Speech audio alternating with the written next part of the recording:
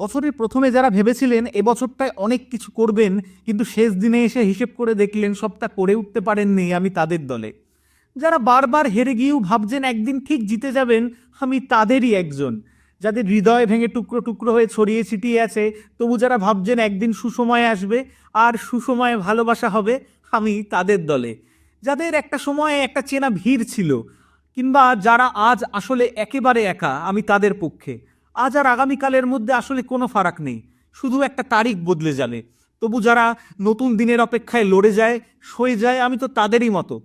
আসলে অপেক্ষার একটা আলাদা আনন্দ আছে। কেউ ফিরে আসবে না জেনেও কত সহজে একটা গোটা জীবন অপেক্ষা করা যায়। কিছু হওয়া হবে না জেনেও হওয়ার জন্য কত পথ হেঁটে ফেলা যায়। কিছুই সেভাবে ঠিক হবে না জেনেও সব ঠিক করার চেষ্টায় খরচ করে দেওয়া যায় একটা জীবন। কিছু কিছু অপেক্ষা গন্তব্যের চেয়ে ঢের সুন্দর। সেসব অপেক্ষা মানুষজন ভালো থাকুক।